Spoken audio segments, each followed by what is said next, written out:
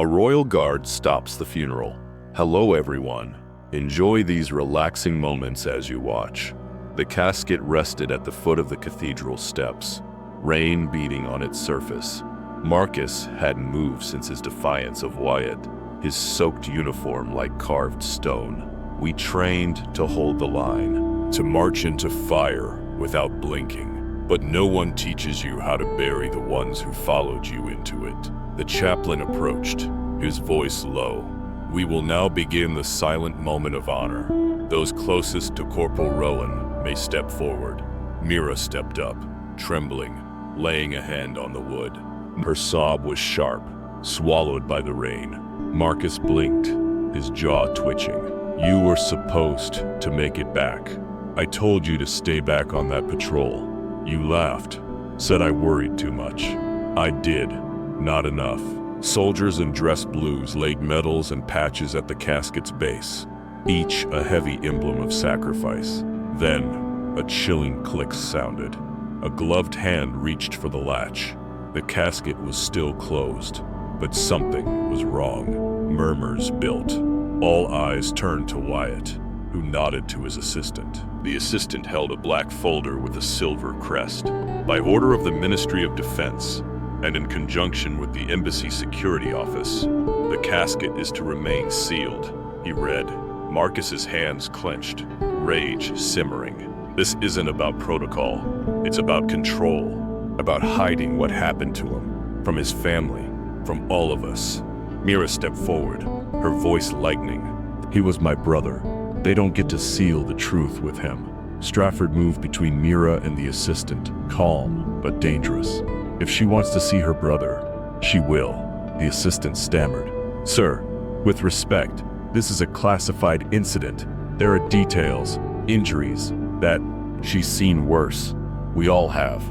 Marcus cut in coldly, stepping toward the casket. Wyatt spoke again. Lieutenant, if you open that casket, you end your career. The courtyard held its breath. You buried a soldier, Marcus said without turning. I'm bringing back a brother. His hand reached for the latch. The latch clicked. Marcus's hand trembled, not from fear, but from memory's weight. His fingers paused above the lid. A scorching white flash consumed his vision. 2 years earlier, Afghanistan. The sun was relentless. Sand clung to everything. Marcus led the patrol, eyes scanning rooftops. Corporal Eli Rowan followed, humming off-key, defiant. If we make it back, I'm asking Mira to come to base for the medal ceremony. He grinned. She thinks I'm just a supply clerk. She's your sister, Marcus replied. You think she doesn't know? Rowan laughed. She pretends not to. Lets me be the hero. A whistling sound. A bomb erupted ahead. Dirt, fire, screams, then blackness. Back in the courtyard, rain fell harder. I saw him go down, crawled through hell to drag him back, and now you want me to shut the lid like he's a secret? Strafford's hand landed on his shoulder, grounding. You don't owe them silence. You owe him peace. Mira stepped closer. What aren't they telling us? Marcus saw charred armor, torn insignia, Rowan's lifeless eyes. Another flash. Moments after the blast, Marcus dragged Rowan behind cover, gunfire peppering the wall. Don't you put on me, Rowan! Look at me! You hold on! But Rowan was gone. Marcus screamed, unheard. In the present, his gloves creaked as his fists clenched. They told us he died instantly. He didn't. He bled out in my arms. They didn't want his family to know he suffered. Gasps rippled. Even guards shifted uncomfortably. Wyatt stepped forward. Lieutenant Hale, this isn't your decision. Stand down. That's an order. Marcus faced him, voice steel. You buried the truth once. I won't help you do it again. He placed both hands on the lid and began to lift. Raindrops tapped the half-open casket, steam rising from the stone floor. Marcus stood still, hands on the lid, eyes unblinking. Murmurs stirred the ceremony into something fragile. human. Clara Rowan, mid-60s, elegant but worn, stepped forward, rain beating on her hair. The crowd parted. She stopped beside Marcus, her eyes dangerous with understanding. "You were there." Marcus's throat tightened. "My son, he always said you'd make it home, even if he didn't," she said gently. "I tried to lie to you," Marcus admitted, "because they told me it would be kinder." Clara placed a hand on the casket, her mouth trembling. Then she smiled, a knowing smile. "He's wearing it, his lucky St. Christopher medal, the one I sent him before his first deployment. He told me if I ever saw it again, it meant he didn't run." The crowd listened, even Wyatt silent. "Did he run?" Clara asked. Marcus shook his head, voice trembling. "No, man. He ran toward the fire. He pulled 2 men out before." Clara faced the crowd, her voice clear. "I buried my son once already, but this silence they demanded was never about dignity. It was about control. And today, that ends." Strafford stiffened, knowing this was justice, not protocol. Clara continued, "You all came to pay your respects. Then hear who you're honoring. My son didn't die for secrets. He died saving lives." To Wyatt, she said, "Don't you dare close that casket until this country knows the full truth." Wyatt's expression was unreadable. This is still a state affair. And protocol was written to serve the people, not silence them. Strafford boomed, his voice breaking formation. Clara whispered to Marcus, "It's your turn now. Say what they won't." Marcus glanced at Rowan's peaceful face, a raindrop on his cheek, like a tear. "They told me to stand still. Today, I can't." He stepped forward to speak. Marcus froze, 1 foot forward, the other rooted in discipline.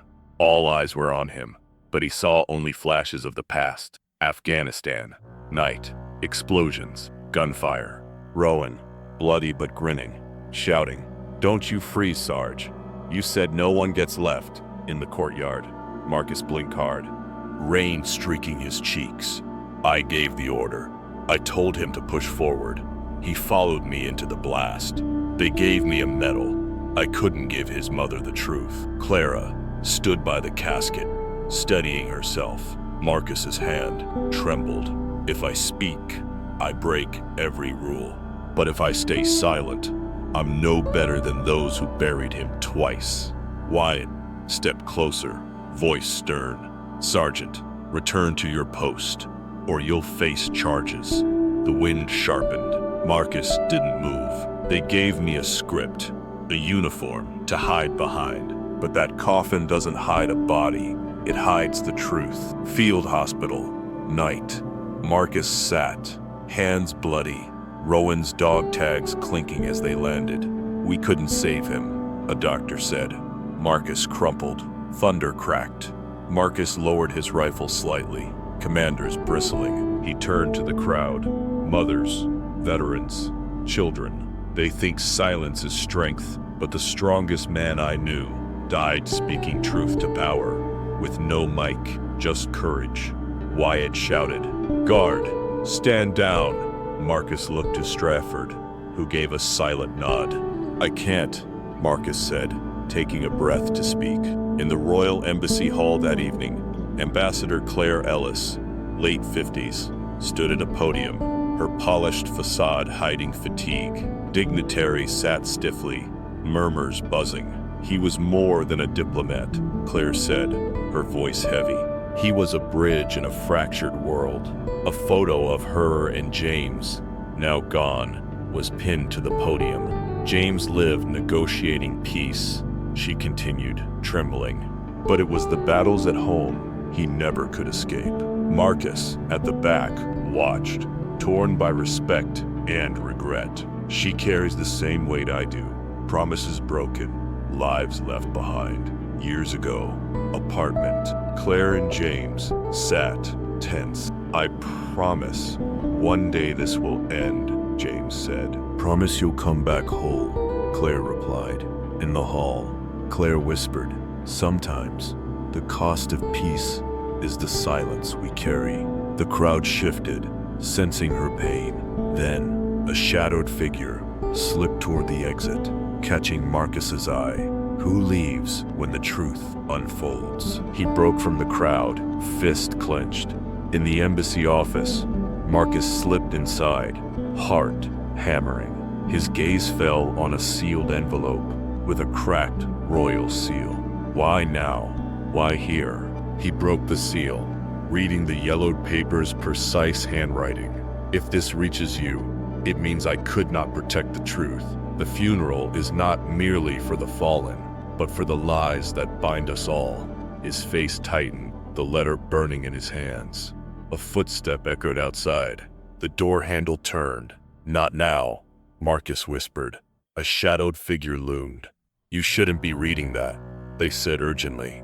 The figure was Lieutenant Harper, mid-40s, eyes cold. That letter, if it gets out, it could shatter everything, he said. Maybe it's time something shattered, Marcus replied. How many more lies, Harper? Sometimes you bury the truth to protect the living, Harper whispered. James knew the risks. He chose. His choice didn't include silence, Marcus said.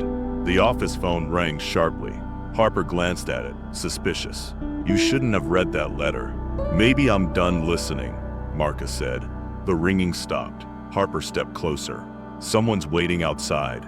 They're not here for condolences. Marcus's breath caught. Then it's time I meet them. Harper nodded. Outside, crowd murmurs grew, tension spilling beyond the walls. Marcus looked at the letter.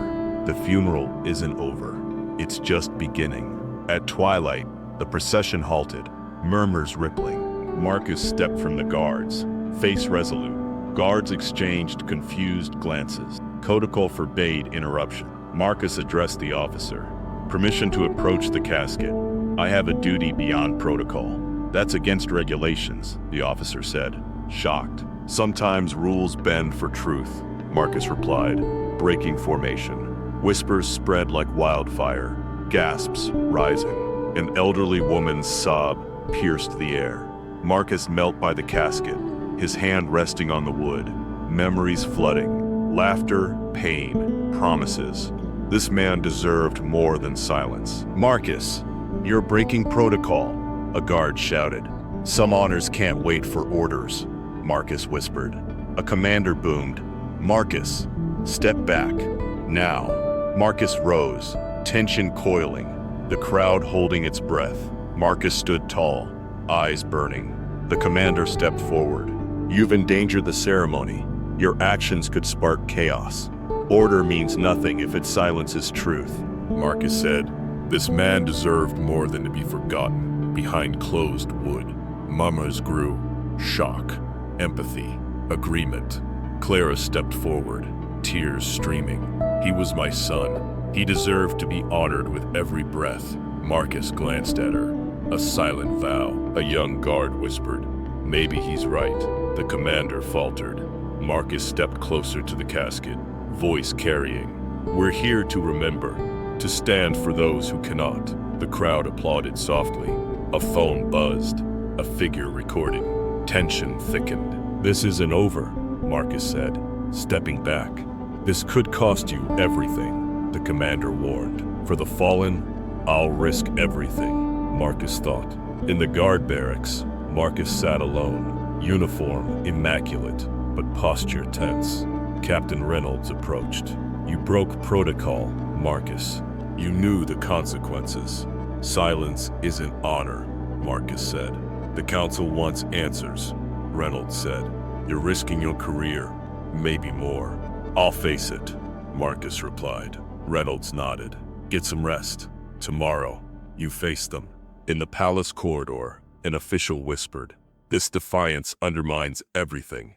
The spectacle could unravel decades of discipline. A mysterious woman typed a message, smiling chillingly. Outside, streetlights flickered over a restless crowd. Marcus's video spreading online. He dared to stand, but at what cost?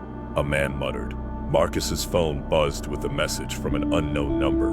We need to talk, tonight, in his apartment. Marcus watched his video explode online. Thousands of notifications. Comments scrolled. He showed courage. Disgrace to the uniform. This guard changed history. Did I do the right thing? He whispered. The TV blared. Royal Guard's controversial act sparks nationwide debate. Experts argued passionately. In a social media war room, a young woman rallied activists. This isn't a video, it's a movement. Marcus's phone rang. We know what you did, a mysterious voice said. Big players are watching. Meet me tonight, or everything changes. At the palace gates, Marcus stood rigid, the crowd swelling with reporters and protesters. A small boy, 10, pushed through, clutching a paper. It's for you, sir, he said. From my dad. He said you're a hero. Marcus unfolded the letter. Thank you for standing when no one else would. You gave us hope. His eyes flickered with hope. Sirens wailed, police approaching. Hope or danger? Marcus muttered, pocketing the letter, scanning the crowd. In a small room, Marcus unfolded the letter, its words shaky but clear. To the man who stood strong. Your courage gave my son a future. You carried our hopes. His voice cracked. I don't know if you hear it, but the world is watching now. A loud knock startled him. Marcus, we need to talk. Now, a voice said. He stood, determination hardening. At dusk, Marcus stepped out, uniform sharp despite the chaos. The letter was tucked in his pocket. Onlookers watched silently. He approached the casket, stopping a few feet away. His hand rose in a perfect salute, a tear trailing down his cheek. That's not protocol, a voice shouted. Marcus's salute held firm. At night, Marcus stood, eyes haunted, but resolute. Sometimes, duty isn't rules, it's what's right, even when no one's watching. Faces from the crowd flashed. Tearful mother, angry dignitary, curious child. He touched the letter. Would you have done the same? The question hung in the air, unanswered, as the stars watched in silence. The early morning mist clung to the cobblestones of the palace parade route, muting the world in a soft gray shroud. The air was heavy, the silence heavier, as if the city itself held its breath. Along the processional boulevard, a line of royal guards stood like statues, their polished black boots planted with military precision. White gloved hands resting motionless on ceremonial rifles. Flags fluttered faintly in the morning wind, their soft flapping the only sound breaking the stillness. Corporal Marcus Hale, mid-30s, stood among them, his weathered face betraying none of the storm within. His uniform was pristine, his jaw locked, but his disciplined blue eyes flickered, just once, as a distant car engine echoed off the palace walls.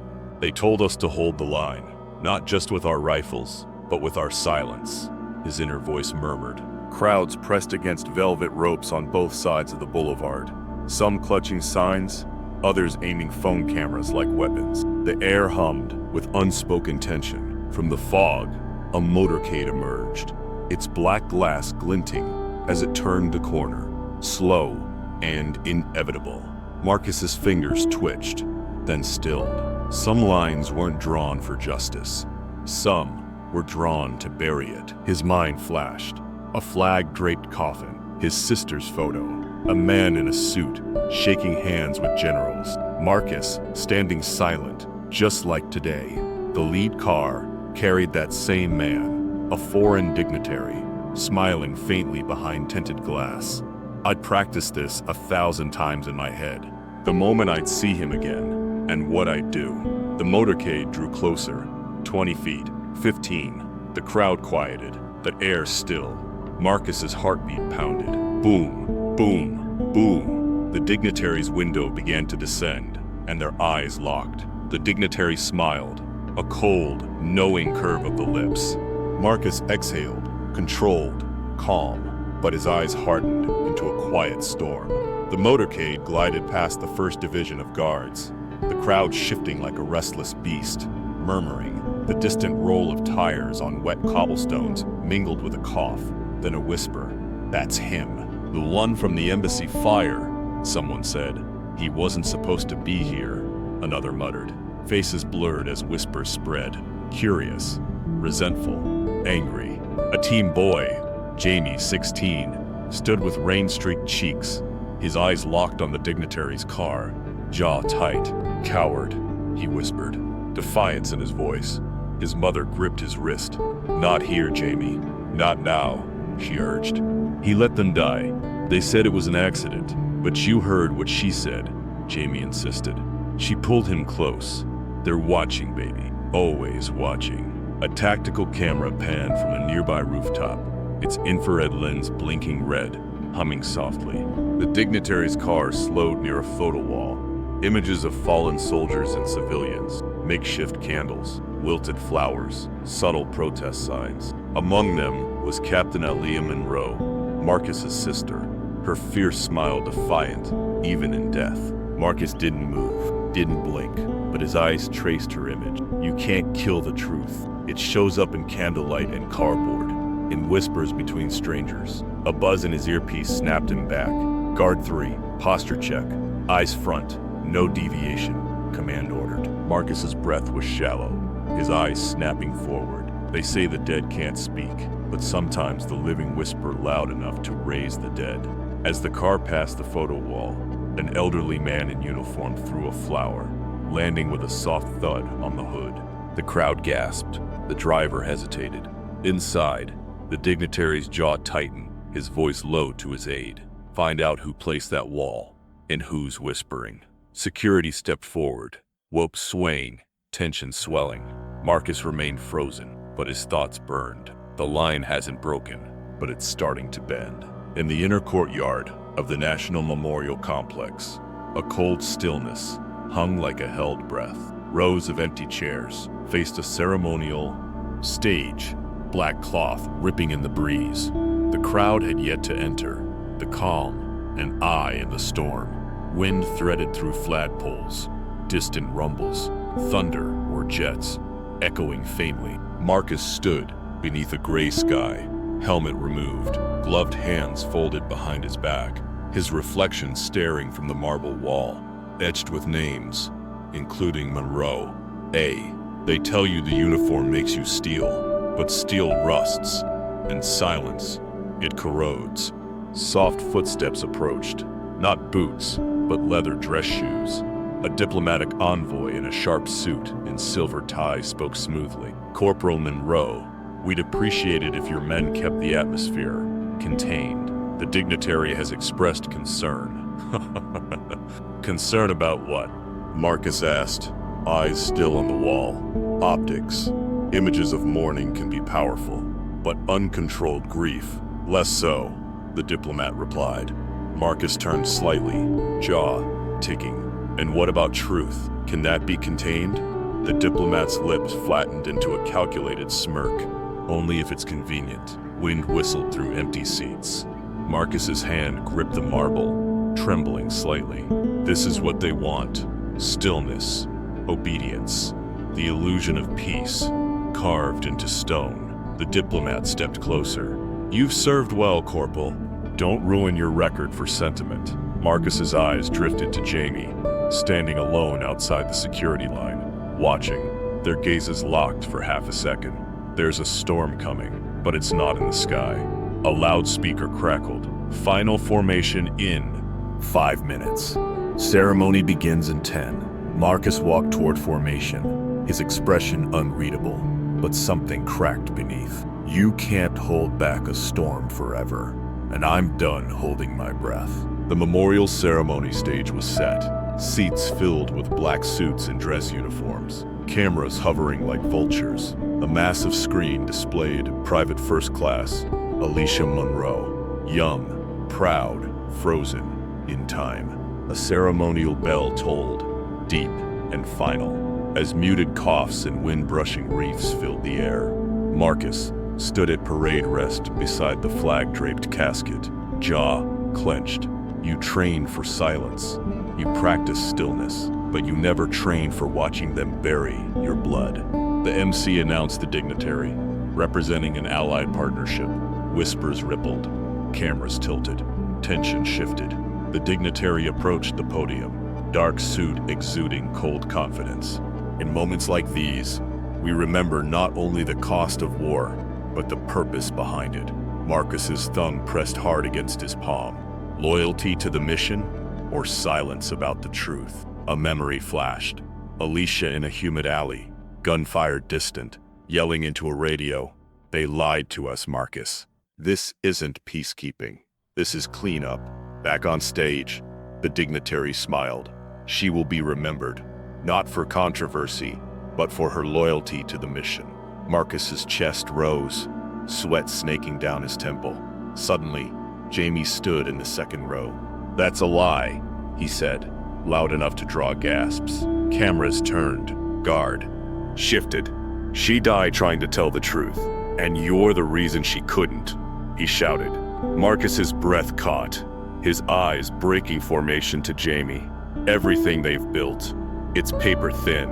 Security approached Jamie, a guard gripping his shoulder. Marcus stepped forward one step. "Corporal Monroe, stand down," the MC ordered. Marcus stared at Jamie's grief-filled, fearless eyes. She's not even cold, and they're burying her story. He took a second step. "Enough," he said lowly, to himself.